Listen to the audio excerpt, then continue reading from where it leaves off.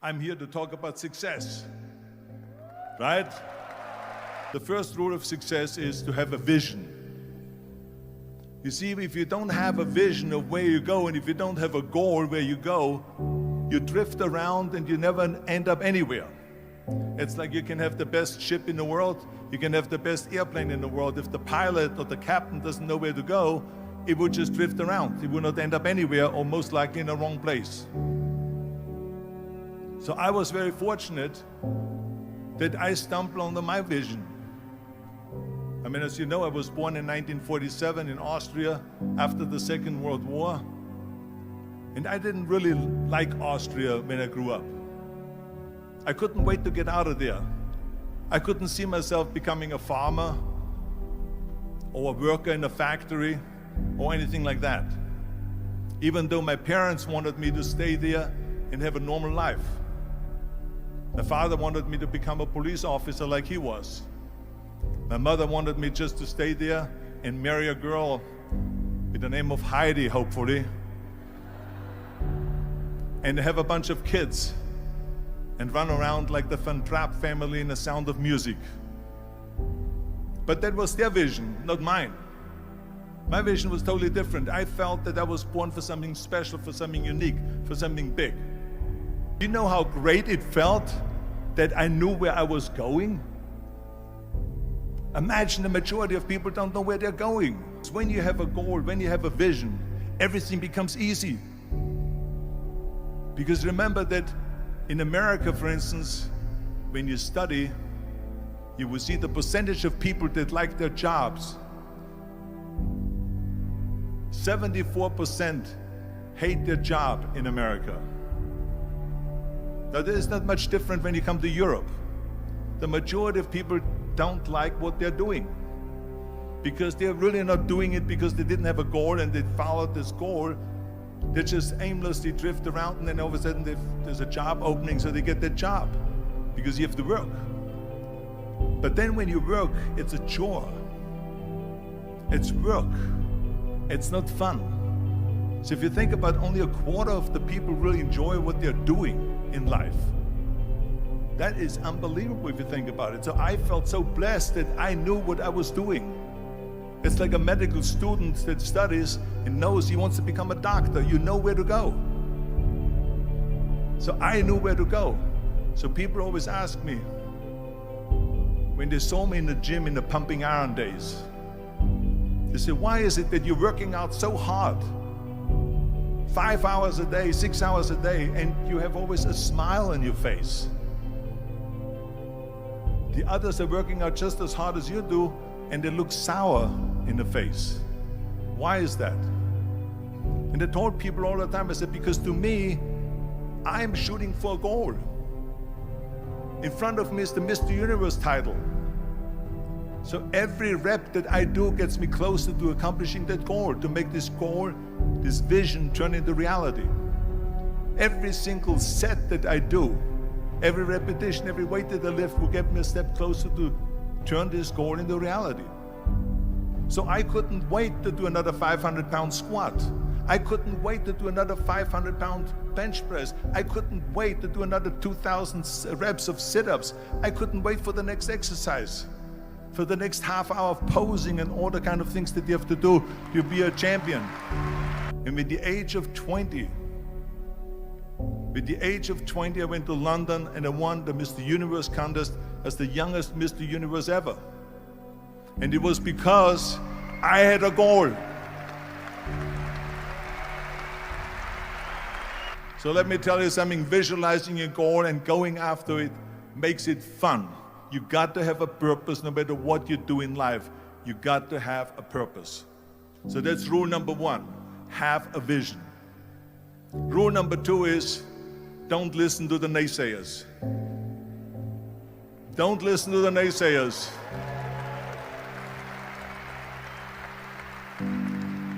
Everything I ever did, the thing that I heard out of people's mouth was, that's impossible. That can't be done. Or no. So whenever someone said to me, it can't be done, I heard, it can be done. When they said no, I heard yes. And when they said it's impossible, I heard it is possible. I'm a strong believer of what Nelson Mandela said, that everything is always impossible until someone does it. Well, I'm going to be the one, I said to myself, I'm going to do it and I'm going to show it to them. Maybe it has never been done before. That's perfectly fine with me. But I'm going to do it. And I did not listen to the naysayers. The next thing, the third point that I'm going to make to you is, before we sit down with Jürgen and talk about the rest of the three, is work your ass off. There is no magic pill. There is no magic out there. You cannot get around. You have to work and work and work. And it drives me crazy when people say that they don't have enough time to go to the gym for 45 minutes a day and work out, or to do something for 45 minutes to an hour a day to improve, if it is physically improve or if it is mentally to improve. Imagine you read 1 hour a day about history. How much you will learn after 365 hours in 1 year. Think about if you study about the history of musicians, of composers, how much you would know. Imagine if you would work on a business, on some business that you want to develop every day for an hour.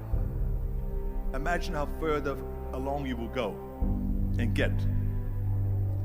So it drives me nuts because when people say we don't have the time, we have 24 hours a day. We sleep 6 hours a day, so that gives you still 18 hours. And there's someone shaking their head out here in front. They say probably, I don't sleep 6 hours, I sleep 8 hours, right? Or just sleep faster.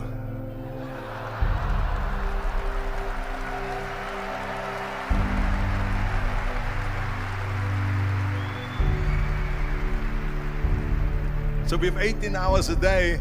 The average person works around 8 to 10 hours. So let's assume it's 10 hours, so we have 8 hours left. Then you travel around an hour a day, maybe 2 hours a day. So now you have still 6 hours left. So what do you do with these 6 hours? What do you do with these 6 hours? Then we eat a little bit, then we schmooze a little bit, talk a little bit to people and all that stuff. But you can see how much time there is available if you organize your day. So you got to work hard. I mean, let me tell you something. When I went to America, I went to college. I went and worked out 5 hours a day. And I was working on construction. Because in those days in bodybuilding, there was no money. I didn't have the money for food supplements or anything. So I had to go to work. So I worked on construction. I went to college. I worked out in the gym, and at night from 8 o'clock at night to 12 midnight, I went to acting class 4 times a week. So I did all of that. There was not one single minute that I wasted. I became very friendly with Muhammad Ali in the 70s. And Muhammad Ali worked his butt off. And I saw it firsthand. And I remember that there was a sports writer that was there in the gym when he was working out and he was doing sit-ups. And they asked him, how many sit-ups do you do? And he said, I don't start counting until it hurts. Now think about that. He doesn't start counting his sit-ups until he feels pain. That's when he starts counting. That is working hard. And so you can't get around the hard work. It doesn't matter who it is. As a matter of fact, I believe what Ted Turner said, work like hell and advertise.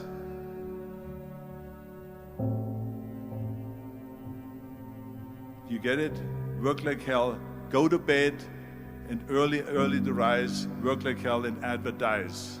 So you work your ass off, and then you let the world know about your work. That's what it is all about.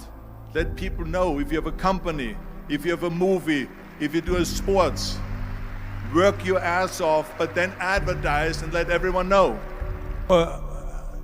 I hate plan B. And I tell you why.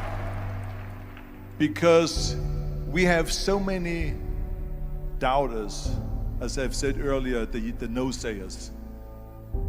We have so many of those people that say no, and you can't do it, it's impossible. That is okay, because we just turn off, as I said earlier, and we listen and we hear the no being a yes. You can't do it, you can do it, and all of that. So that is possible to do that amongst all the negative people around you. But when you start doubting yourself, that's very dangerous. Because now what you're basically saying is that if my plan doesn't work, I have a fallback plan, I have a plan B. And that means that you start thinking about plan B, and every thought that you put into plan B, you're taking away now that thought and that energy from plan A.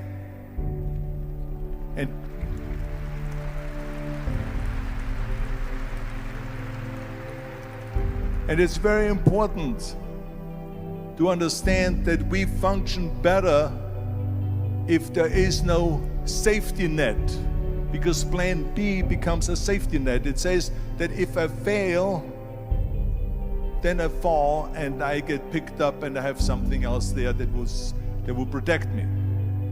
And that's not good, because people perform better when there's no safety net. People perform better in sports and everything else if you don't have a plan B. To me, it is very dangerous to have a plan B, because you're cutting yourself off from the chance of really succeeding. And the reason, one of the main reasons why people want to have a plan B is because they are worried about failing. What is if I fail, then I don't have anything else? Well, let me tell you something, don't be afraid of failing, because there's nothing wrong with failing. You have to fail in order to climb that ladder. There's no one that doesn't fail. We all fail. It's okay.